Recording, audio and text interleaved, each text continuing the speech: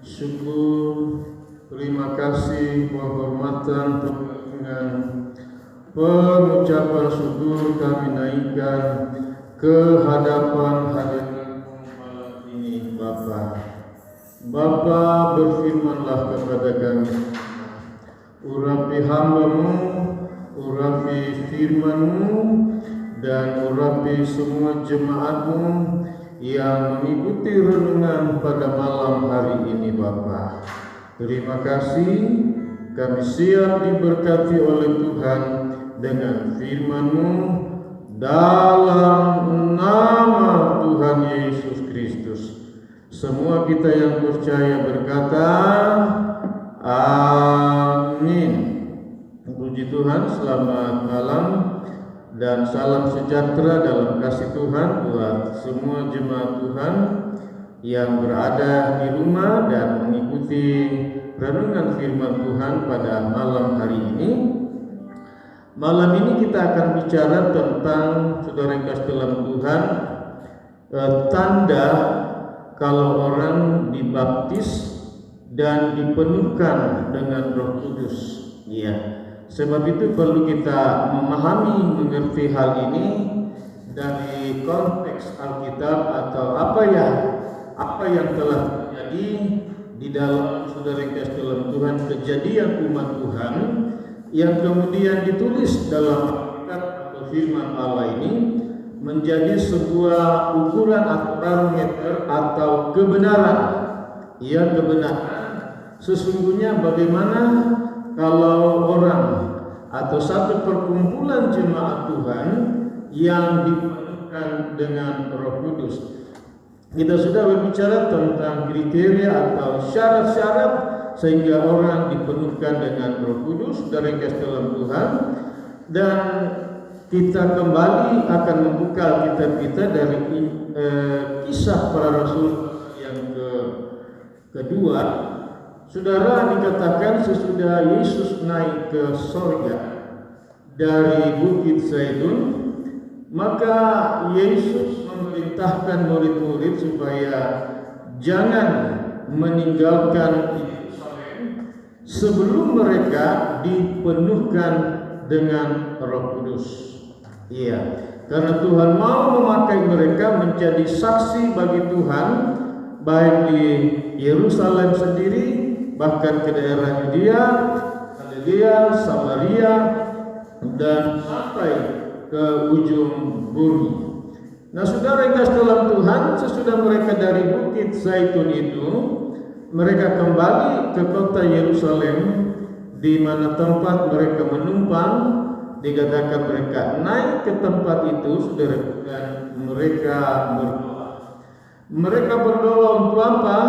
Mereka berdoa minta kepada Tuhan Yesus, kepada Bapa di sorga, supaya apa? Supaya Dia mencurahkan Roh Kudusnya kepada pengikut-pengikut atau murid-murid Yesus ini. Dan tepat pada hari ke-10 dalam doa sembahyang mereka, permohonan mereka kepada Tuhan untuk dibaptis dan dipenuhkan oleh Roh Kudus, maka terjadilah pada hari itu bertepatan dengan hari Pentakosta, salah satu dari sekian hari raya dalam agama Yahudi adalah hari Pentakosta. Dan kita akan baca kitab kita dari Kisah Para Rasul pada pasal yang ke-1, pasal yang kedua, ayat ke-1 sampai dengan ayat yang ke-4. Kisah Para Rasul pasal 2 ayat 1 sampai dengan ayat yang ke-4. Baik, mari kita bangkit berdiri menghormati pembacaan firman Allah. Kita baca perlahan-lahan. 2, 3. Pentakosta. Ketika tiba hari Pentakosta, semua orang percaya berkumpul di satu tempat. Tiba-tiba turunlah dari langit suatu bunyi seperti tiupan angin keras yang memenuhi seluruh rumah di mana mereka duduk. Dan tampaklah kepada mereka lidah-lidah seperti nyala api yang bertebaran dan hinggap pada mereka masing-masing. Maka penuhlah mereka dengan Roh Kudus, lalu mereka mulai berkata-kata dalam bahasa-bahasa lain seperti yang diberikan oleh Roh itu kepada mereka untuk mengatakannya. Semua yang percaya kata amin. Saudara yang dikasihi dalam Tuhan, mengenai bahasa Roh Kudus biasa dengar saudara menjadi populer di kalangan karismatik atau aliran Pantekosta. Nah, saudara, dalam pembacaan ayat tadi, saudara yang kasih dalam Tuhan, dikatakan bahwa ketika mereka sedang duduk, saudara, maka turunlah Roh Kudus, saudaraku, dari sorga, dari langit, dengan tiupan angin yang keras. Saudara, angin yang kencang, kata firman Allah begitu. Lalu saudara, Roh Kudus ini hinggap dan turun ke atas setiap pribadi, yaitu sebanyak 120 orang. Dikatakan seperti nyala api yang hinggap dan bertebaran ke atas 120 orang ini. Dan ke 120 orang ini, saudara-saudara yang kasih, dikatakan mulai berkata-kata atau berucap, saudaraku, seperti apa yang diberikan oleh Roh Kudus untuk mengatakannya. Jadi yang menaruh bahasa roh ke dalam mereka adalah Roh Kudus. Dan kemudian mereka berkata-kata, mereka berbicara, mereka memuliakan Tuhan, saudara yang kasih dalam Tuhan, seperti apa yang diberikan oleh Roh Kudus untuk mereka mengatakannya. Jadi mereka berkata-kata bukan menurut keinginan mereka, bukan menurut kemauan mereka, bukan pula sesuatu yang diajarkan oleh manusia atau oleh pendeta atau oleh, katakanlah, mungkin saudaraku, murid-murid Yesus pada saat itu. Tetapi dikatakan mereka berkata-kata dalam bahasa roh seperti yang diberikan oleh Roh Kudus kepada mereka untuk mengatakannya. Dan mereka ini sendiri tidak mengerti, saudara-saudara, apa yang mereka katakan. Saudara yang kasih dalam Tuhan, dan kebanyakan dari mereka yang dikatakan adalah orang-orang Galilea, orang-orang yang tidak pernah keluar dari sekitar Galilea, Yerusalem, hanya berada di sekitar wilayah itu, saudara yang kasih dalam Tuhan. Nah, kita melihat dalam pembacaan firman Allah dikatakan pada hari itu, dan memang menjadi kebiasaan orang-orang Yahudi yang berada di perantauan di negara-negara lain, tempat-tempat lain, mereka melakukan, saudara yang kasih dalam Tuhan, kembali ke Yerusalem, saudara, ke tanah Israel, untuk merayakan setiap peringatan hari raya besar orang Yahudi, termasuk pada hari Pentakosta dalam, saudara, Kisah Rasul pasal yang kedua ini. Dikatakan maka berkerumunlah penduduk Yerusalem untuk melihat dan menyaksikan apa yang sedang terjadi di tengah-tengah kota itu. Yang mereka lihat adalah 120 orang yang sedang berkata-kata dalam bahasa roh seperti yang diberikan oleh Roh Kudus kepada mereka untuk mengucapkannya. Nah, mereka perantau-perantau ini adalah berasal dari berbagai negara, dari berbagai daerah, saudara. Dan mereka mendengarkan, kenapa mereka bisa berbahasa dalam, saudara, dalam Tuhan, seperti yang dikatakan di dalam Kisah Rasul pasal yang kedua ini, kata orang, kita orang Patria, orang Media, orang Elam, penduduk Mesopotamia, Yudea, Kapadokia, Pontus dan Asia, Frigia dan Pamfilia, Mesir, daerah-daerah Libya, orang yang berdekatan dengan Kirene, pendatang-pendatang dari Roma. Saudara kasih dalam Tuhan, mereka ternyata Roh Kudus memberikan bahasa kepada mereka dari mana asal orang-orang ini. Saudara kasih dalam Tuhan, maksud saya orang-orang Yahudi yang ada di Roma, di Libya, di Asia, di saudara Yudea dan daerah-daerah lainnya. Ternyata mereka diberikan oleh Roh Kudus bahasa, saudara yang kasih dalam Tuhan, bahasa dari, kalau saya bisa katakan, dari berbagai negara yang bisa dipahami, dimengerti oleh orang-orang yang mendengarkannya.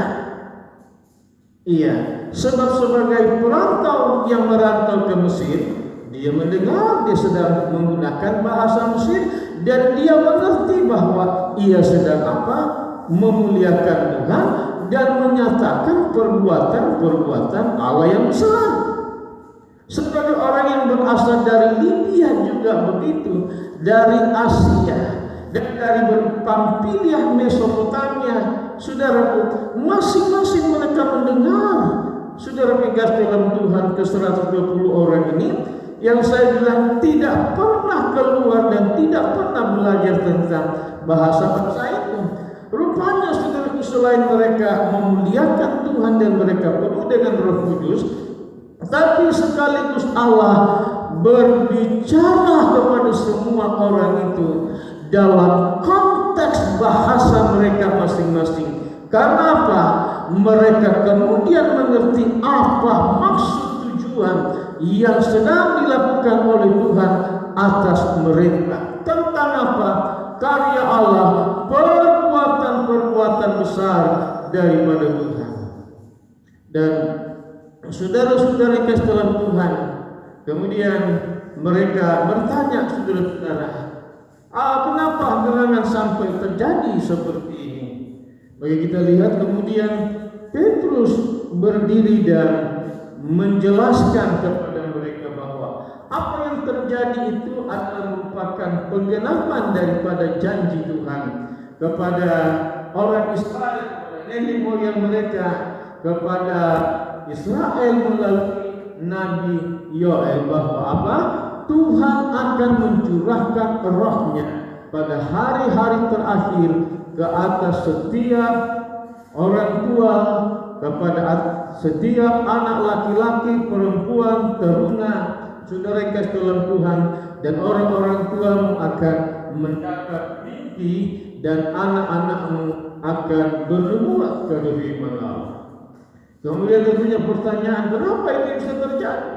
Maka saudara Petrus pun menjelaskan bahwa Yesus yang kamu telah salibkan beberapa waktu yang belum begitu lama ini, dia telah mati, dia telah bangkit dari antara orang mati, dia telah naik ke surga, dan dialah yang mencurahkan Roh Kudusnya seperti apa yang kamu lihat dan terjadi kepada kami semuanya.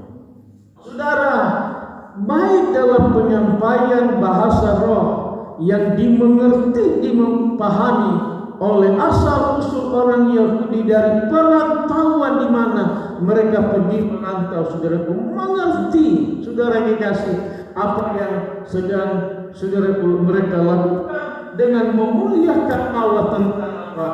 Perbuatan-perbuatan Allah yang besar. Kemudian penjelasan Petrus, saudara-saudara, dikatakan membuat mereka menjadi terharu, saudara-saudara, membuat hati mereka tertusuk begitu tajam dan tertuduh. Karena apa? Termasuk mereka adalah pelaku-pelaku daripada eksekusi, penyaliban, dan pembunuhan Yesus di Golgota itu. Ternyata Yesus yang tidak berdosa itu, yang telah mati sebagai juru selamat penebus bagi dosa mereka semua, saudara. Ternyata dia telah bangkit dari antara orang mati. Dia telah naik ke surga dan dia telah mencurahkan Roh Kudus-Nya pada hari itu. Lalu mereka bertanya kepada Petrus dan kepada rasul-rasul yang ada, kalau begitu, apakah yang harus kami perbuat supaya kami ini juga selamat? Apa yang harus kami perbuat supaya selain janji keselamatan terjadi kepada diri kami, dan juga supaya Roh Kudus itu sebagai janji Tuhan juga itu terjadi pada diri kami? Maka Petrus menjawab kepada mereka, hendaklah kamu masing-masing bertobat, dan hendaklah kamu masing-masing memberi dirimu dibaptis. Untuk apa? Untuk pengampunan dosamu, supaya kamu selamat dan juga kamu menerima karunia Roh yang sama. Dan kemudian kita datang pada saudara kasih Kisah Rasul pasal yang ketiga. Apa yang terjadi pada hari itu?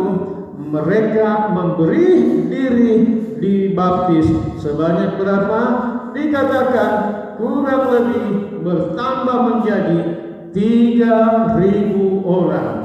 3.000 jiwa memberi diri dibaptis pada atau sesudah hari Pentakosta itu, saudara Tuhan. Saudara jemaat Tuhan yang dikasihi dan diberkati oleh Tuhan, saudara, kita sudah mendengar firman Allah bahwa ini adalah janji Tuhan. Kalau kita merasa haus, dahaga, Tuhan bilang, marilah datang kepadaku dan aku akan memberi minum air kepadamu, dan kamu tidak akan haus lagi, tetapi dari dalam kamu akan mengalir aliran-aliran air hidup, yaitu Roh Kudus yang diberikannya kepada kita. Saudara yang kasih dalam Tuhan, dikatakan mintalah Roh Kudus kepada Tuhan, maka Ia akan memberikan kepadamu. Carilah maka kamu akan mendapatkan.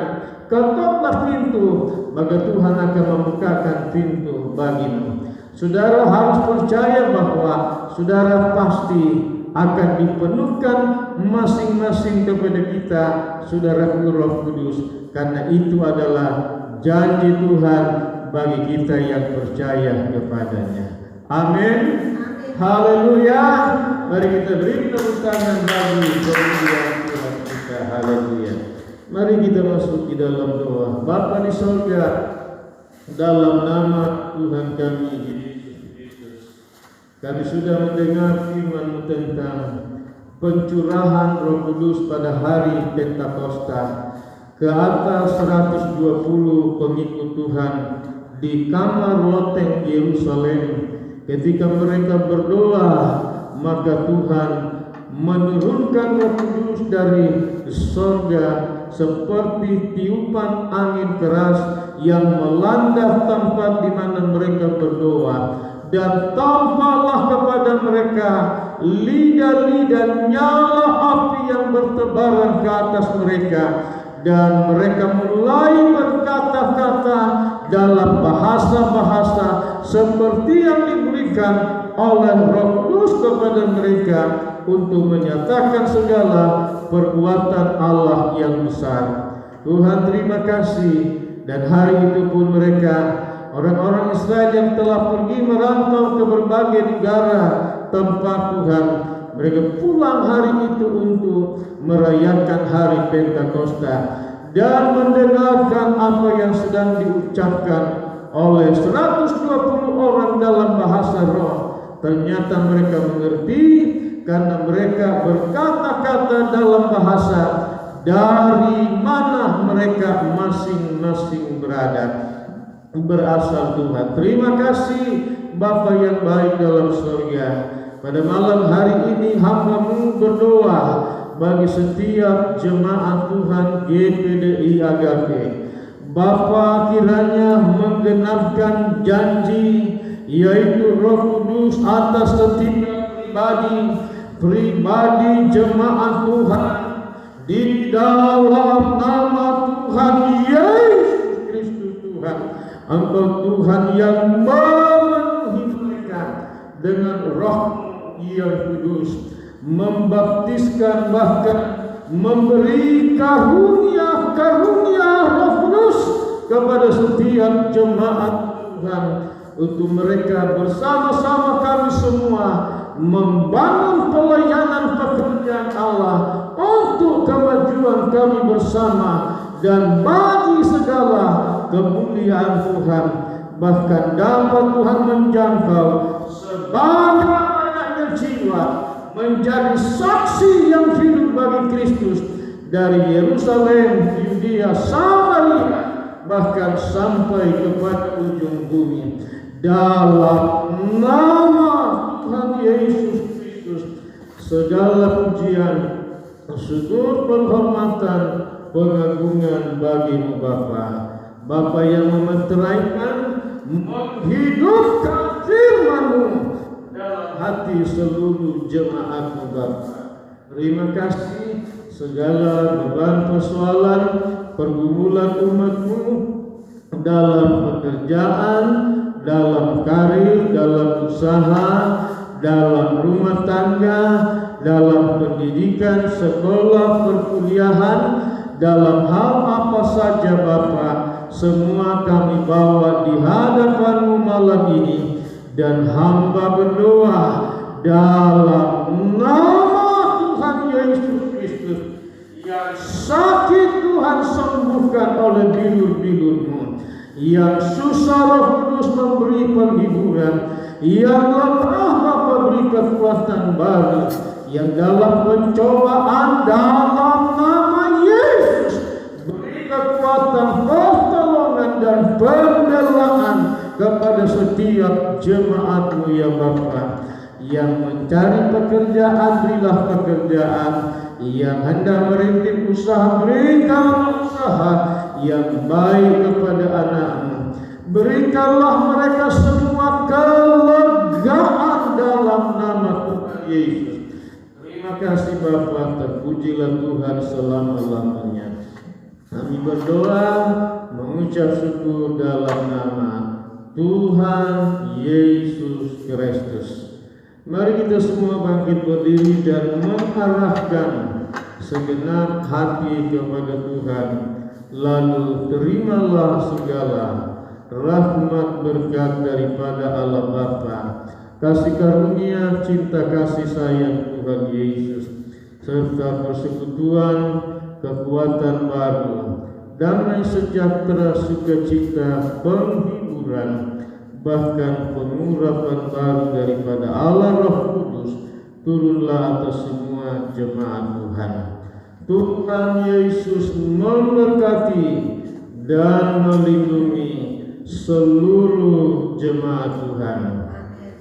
Tuhan Yesus menyinari engkau dengan wajah-Nya dan memberikan kasih karunia Tuhan Yesus kepadamu. Tuhan Yesus menghadapkan wajah-Nya kepadamu dan memberikan damai sejahtera Tuhan Yesus kepadamu.